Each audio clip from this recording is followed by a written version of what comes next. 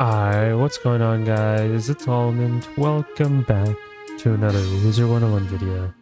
In today's video, we're going to be going over where to farm all the gear in Selenopolis. Because I know some people are going to have this question and who to farm and everything like that. If you're already in the Discord, you already know where to farm stuff because I made an announcement of like a loot map and everything like that. But that's why I'm uploading this video for the people who aren't in the Discord. Just saying, you should join Discord. Appreciate it. And also, you guys should be subscribing. We're close to 4K. And yeah, so let's get into it, right?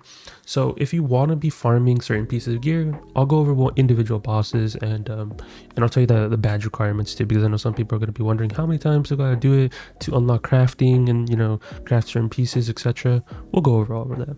So first boss that you guys do meet in the story is Taking Tree. Taking Tree is realistically not that hard. You just have to have protected. So if you want Aegis, Indemnity, that's going to be your go-to for this fight. So definitely blade stack the last person. Obviously, don't use like normal blades and stuff. Use protected. And you can just blade stack the last person, and then also just use mass feint. Mass feint, even if he swaps it, it's still 75 feint on him, so don't worry about it too much. So just get some protected LE traps, spear traps, whoever the hitter is, go. It's pretty. You guys know how to buff stack at this point, so just buff stack in that fight and make sure they're protected. Other than mass feint, because 75 is on both ends, so it doesn't really matter. And you can realistically kill this in 1 to 2 rounds. Just depends on the team. And I expect a lot of people won't team up for this just because they might not know how the mechanics work for this fight, but I'm basically explaining it in this video. But straightforward fight, and it does drop wands, and it also does drop amulets. Now when it comes to jewels, he does drop circle jewels, and he also does drop shield pins. So if you are trying to craft some shield pins, or you want to craft some circle jewels, he's going to be your guy. And then on top of that, he does drop amulets and wands, which I know some people do want the wands for the item cards, or maybe the amulet for the item cards. It really just up to you, because most of these people have already farmed, right? If you've already farmed, for example, the Reaver stuff and stuff like that, you mostly aren't going to be farming stuff unless you just see item cards that you like. But for the people who just haven't done Wallaroo, this is like a good alternative, right? But yeah, he does drop wands, amulets, circle jewels, and shield pins. Now, if you want to get access to like the badges and stuff like that and be able to like craft your gear and everything like that, you're going to required to kill him 25 times. Now 25 times isn't really that bad. I feel like people might like take it out of context, like this is really difficult. It's really not. It's a 1 to 2 round fight. I'll even make a video guide on like how to do individual bosses if people really are struggling. I'll even put like a slide in my Discord of just like how to farm every single boss, right? If you guys want to see that, let me know in the comments down below. But it's really not that hard to farm this boss. At first when I did it, I didn't understand the concept, but then like slowly but surely, it's trial and error. Once you understand everything, it's like, oh, this is really not that hard as I thought it was. You can't really Scald and Cindy at this guy. He does shift it over.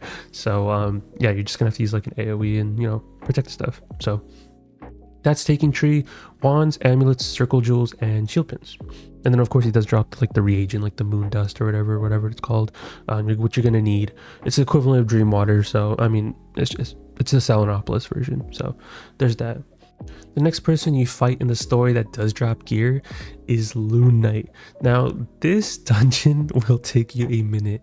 I am just gonna say this straightforward because there's a lot of animations happening and a lot of like shields, weaknesses, getting hit a bunch of times, and then you have to deal with the polymorphs. So there's a lot of things happening in this fight. I definitely recommend doing it with a group of people. I mean, yes, you can solo it if you would like to, but I highly recommend doing it with a group of people. It will make this fight a lot more easier. You do have to do this 10 times for the badge. So if you want to be able to craft stuff from Selenopolis, you have to do this 10 times. So keep that in mind when you're in Selenopolis and you want this. Now, what does he drop per se? He does drop the boots, and he does drop decks, square sockets, and sword pins, and of course the reagent, you guys already know. But the boots are somewhat good depending on how you like it, right? It's the same equivalent template to Reaver. If you don't know like what the what gear is from here and everything like that, I've already made a video talking about all the gear, and it's at the end of the video. So if you just want to scroll to that video and go to the end, I showcase every single piece. So just find the school that you are and you can pause it at any point. Made it super easy for you guys. But he does drop the boots. The boots are good in my opinion. I'm still like, I'm gonna be farming all this gear regardless because I'm gonna be doing challenge mode and because I'm gonna be farming anyways on stream. So For me, I'm going to be getting all the gear, but it's just up to you as a player if you want to farm this or not. But he does drop boots, he does drop the deck, square jewels, and sword pins. So you might have to do this if you want all that stuff, but like I said, if you already have Wallaroo stuff, you know, if you don't care about item cards, you don't really need to farm Selenopolis. I feel like I gotta clarify that because I know so many people are gonna be like, do I need this gear? Do I need this gear? There's already a video on the channel, so just go back and watch that one. But Loot Knight will take you a minute because yes, it is. You have to defeat him 10 times. You will finish him once regardless from doing the story, and then you just gotta defeat him 9 other times, right? It will take you a minute. It will take you a minute, but it's doable. You guys got this. If you guys need help, like I said, you guys can ask me in the Discord. I'll try my best to explain how the fight works, and of course I will make a video about Loot Knight and how to farm it and everything like that. So you can look out for that video eventually, but we're still in the test run phases and there's some bugs in that fight as a whole, so I'm waiting on that. But yeah, that's basically everything about Loot Knight. And yes, it is a whole dungeon that you have to do that has multiple fights. It has 3 fights in it. And yeah, it will take a minute, but once you get those 9 other runs, right, because you're going to finish it once from completing your quest line. But when you get those 9 other attempts in, you'll get used to it and it won't be that bad. It's just 9 other attempts. It could be worse. It could be like 40 runs that you have to do. So honestly, I wouldn't complain as much. But yeah, there's that. And then, of course, you have the third person that you meet in the story that does drop gear, and which is the final boss of Selenopolis, which is Khonsu, the moon god, essentially. He does drop the hat, robe, tear jewels, triangle jewels, and power pins. And then, of course, with the moon dust, etc. And if you want to be able to craft those items, right, which is a lot of items because the boss does drop 1 more item compared to all the other bosses, which is essentially another jewel or whatever. But to craft all those items, you have to defeat Khonsu 30 times. Now, some of you might be like, that is absurd. That is a lot. What are they doing? But I'll be honest, guys, it's really not that bad. Challenge mode is a whole different story, which you guys already seen in my channel, multiple videos. But honestly, on standard, it's really not that bad. You just have to do a gambited hit, which you get polymorphed into, right? And you have your own set of cards in your deck and everything like that. And once you do your gambited hit, you get unpolymorphed, and then you have your set deck that you've already ran in with. Realistically, all you have to do is feint stack and then kill. You can do this with multiple people. You can do this solo. It's just really up to you, right? Obviously, you'll be quicker with multiple people because, you know, once you have 4 people, if everyone goes for their gambited hit, that's like, you know, it's a 10k hit each time, so you do 40k in total, and then, you know, just feint stack kill, and that's it. So I recommend doing it with a group of people. I know people are going to be thinking of like Aeon of Atavis and, you know, all these other fights that require polymorphs, like on how, but realistically, it's not going to be that bad. I know 30 times does seem pretty bad, but I'll be honest, it's quite generous. It is quite generous, and I'll take it, right? It's a good alternative if you don't want to do the Nightmare Dungeon. I know so many of you guys don't want to do the Nightmare Dungeon, and this is a better alternative in my opinion. Would you rather do a whole dungeon, go through a maze, do 2 separate bosses, and then you have to fight Malice that can literally Lava Lord and, you know, Fiery Giant and weakness spam, mantle spam? Or would you rather just do Khonsu, where he gives you a set deck, you're polymorphed, and then after that, just, you know, one-shot him?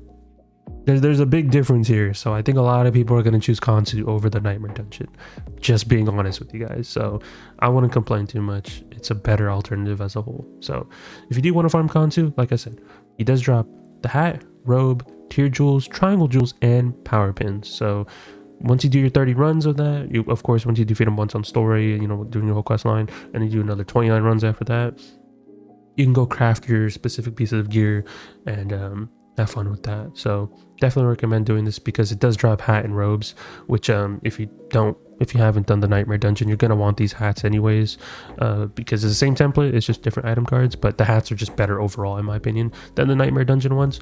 That's just my opinion, and you guys do it as you must. But that's Khonsu, and then we have one more boss that you farm as well.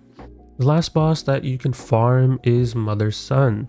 Now Mother Sun is a side quest boss, very similar to how Wallaroo had Crash, where you have to do like a little side quest and then you can unlock Mother Sun via that way. So it's the same thing. You got to do some side quests in Selenopolis. You got to do the whole brother quest line, and then on top of that, after you finish that whole brother quest line, right, which I've already made a video on, and then after that you can talk to Divum at the end, and he'll have a quest line that you can do as well. So do some side quests, right? Do all your side quests that you're required to do for Selenopolis, and then you can unlock Mother Sun. And really easy fight. Like I said, it's really easy, and this is I think it's a there's 2 fights that you have to do in that dungeon, but realistically it's really not that bad. Just AoE. I mean, what else you guys want on standard, right? But she does drop the Athames, rings, and as well as a socket wrench and a sword pin. Now the sword pin is kind of because you're going to be farming Ludonite anyways to have access to it, but Mother Sun does drop sword pins, so there's that. But the Athames and rings, most of you guys should already have Athames and rings because you were able to farm them before the whole nightmare dungeon and stuff. So if you don't have Athames and rings from the nightmare like the other bosses that did drop it in Wallaroo, because the nightmare dungeon only had hat row, boots, and wand. Mother Sun doesn't drop any of those, so you should have the Athames and rings from Wallaroo and just use those and you're fine. But if you do want to just farm it for like spell elements, as well as moon dust, she's a good go-to realistically, and you can get socket wrenches. So if you do care about like those 3 items and you don't want to spend time on the other fights, it's a good alternative to do. And I would highly recommend it for like spell elements and stuff like that. I know people are going to be tossing up whether to farm Taking Tree or Mother Sun for spell elements, but realistically it's just up to you. It depends on the player. There's a lot of different variables, like, oh, are you missing gear, are you not, do you just need spell elements? There's like a lot of different aspects that we can go into, right? But once you do all, like, you do your whole Mother Sun run attempt and everything like that, well, you got to kill her 25 times to have access to the badge for crafting and stuff like that. So if you do want to craft your Athaven ring from the crafter and stuff, you are going to have to do this 25 times. Not really that bad. This and Taking Tree are not bad, so I wouldn't complain. That's 25 runs, very easy to do and everything like that. So that is it for the video. Hopefully this gave you a better insight on who to farm and stuff like that. Just like I said, it's really not that hard. At least Taking Tree and Mother Sun. I know some people might struggle on Khonsu and Ludonite because Ludonite does spam a lot of cheats, at least the whole dungeon as a whole, not specifically Ludonite, but the whole dungeon as a whole. And then Khonsu is a polymorph fight. If you don't know how that fight works, you're gonna struggle, right? So those are the only 2 hard ones, but Taking Tree and Mother Sun should be easy, especially Mother Sun. No one should be complaining about Mother Sun. But Taking Tree, I can understand if you don't have the Aegis or Indemnity, you might be like struggling a little bit, but it's really not that bad. Trust me, coming from me, trust me. But hopefully this video helped you though. Definitely join the Discord and everything like that. I will put a loot map on the screen right now. So if you haven't seen this loot map, didn't even know this existed, I posted in the Discord a while ago. So you are missing out on some stuff if you're not in the Discord, because I do post out guides in there that I haven't even uploaded to YouTube yet. And sometimes I put the loot map for like new, whenever we get new additions to the game, like gear and stuff like that. So if you want to pinpoint who to farm and everything like that, just look at this loot map. But if things get updated, I'm going to be updating them in the Discord more likely than I am on this video comment section or whatever, right? Like I'll try to, but I'm kind of somewhat bad replying to comments. I'm sorry, but I try my best, right? I'm more paying attention in the Discord when people ask me things and like DM me stuff. So if this loot map does get updated, you'll know if you're in the Discord. So highly recommend that you join the Discord, and highly recommend that you do subscribe and turn on your notifications. I appreciate everyone that's been subscribing, everything like that. We're close to 4K, and I appreciate all you guys that even went to the description to go click on my Twitch channel and even follow me on there, because I do stream on both platforms. Whenever I do stream, I stream on Twitch and YouTube simultaneously. So it's kind of nice to see that people, even though they follow me on YouTube, they still join the Twitch chat and everything like that, and they also join the Discord. So there's that. But that is it for this video. Hope you enjoyed, like I said, and I'll talk to you guys in the next one. Peace out, guys.